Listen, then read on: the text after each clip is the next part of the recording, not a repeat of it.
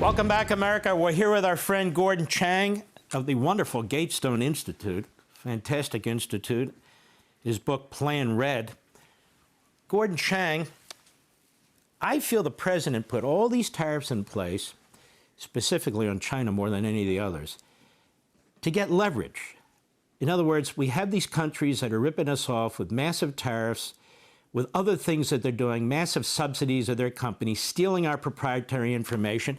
And the president's there and he says, how do I leverage communist China and even our allies that are doing this to our country? And being somebody who loves our country and wants to help the people of our country, he says, look, I've got an idea.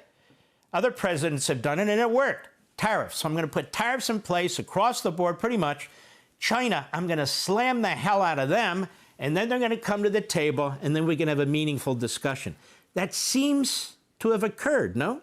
Well, yeah, the president certainly gave China a lot of relief at a time which was critical for China, because this is the beginning of the Christmas season for China's export-oriented factories.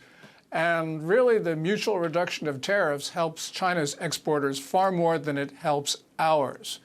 And, a lot of people say that the president blinked, and he certainly did. He gave China a temporary win. I think that what Trump was doing was he realized the Chinese were on a collision course with the United States and the world, and he gave them an off-ramp.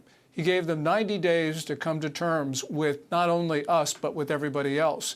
And we're going to see where we are. Now, if the president gives another delay, another pause in the tariffs, then I get really worried.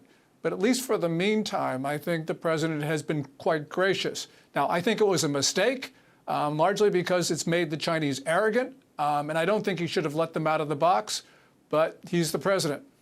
Well, it's interesting you say that, because I was looking at it quite differently than that. That is, even though it can hurt us, the supply chains, pharmaceuticals, and all the rest of it that, unfortunately, we've come to rely on with China, I think what he was doing is he was showing China, we have more power in the ability to affect your economy than you do ours. And not only that, I believe you've told me, and I've also read, that there's little pockets of unrest in communist China, with workers in different factories protesting. Some of the, I won't call them opposition media, but some of the information's getting out of China, that they were having serious problem with these factories and so forth. People weren't being paid for 2 weeks. Pensioners weren't getting their pensions.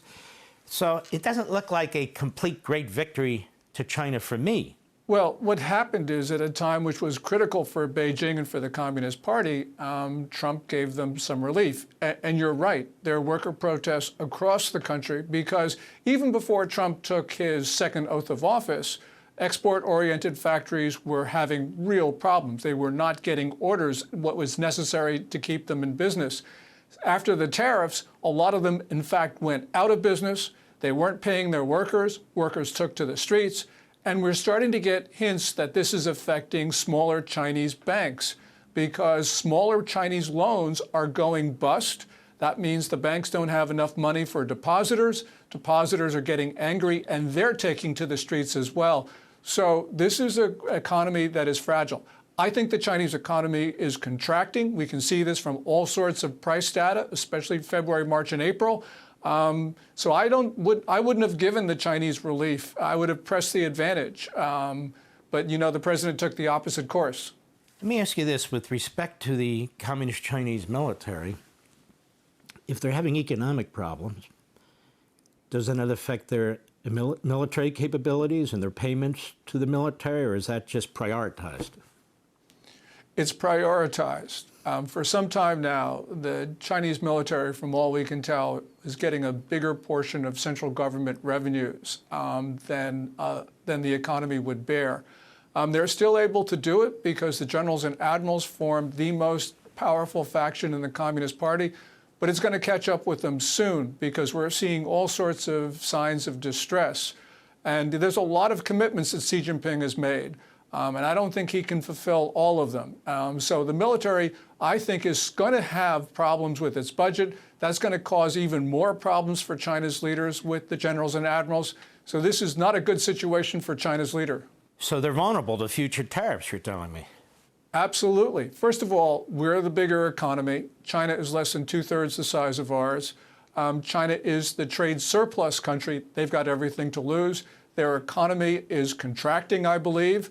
You just add it up. We have all the high cards. And, for President Trump to give them even more relief right now sort of gets them through a very difficult time. You keep saying that, and I understand your perspective and so forth, but I'm not fully understanding it. In other words, our companies needed relief too, and they apparently were lining up at the door at the White House begging the president, particularly companies that produce electronics and so forth and so on, pharmaceuticals, other industries, and he had to keep that in mind too. But he made it clear, in my humble opinion, that when he put the tariffs in place, that we have the capacity to do maximum damage to what you're calling an economy that's already on its back. And so I'm not sure about blinking and giving them relief and so forth and so on. It's 90 days. 90 days in the life of a country is nothing. And so I suspect there's something more to this, which is we showed them what we're capable of. Their economy sucks. At some point, as you say, the military is going to be affected by it. And now we'll go to the negotiation table. And if we can't come up with some kind of trade agreement that is also beneficial to the United States, I'll slap those tariffs right back on them. I mean, I see that as a rational play, don't you? Yes. And one of the other things that's happening from a broader perspective is that Trump is showing companies around the world and countries that tension between China and the United States is real and it's going to get worse, even though there is a 90-day pause on the tariffs.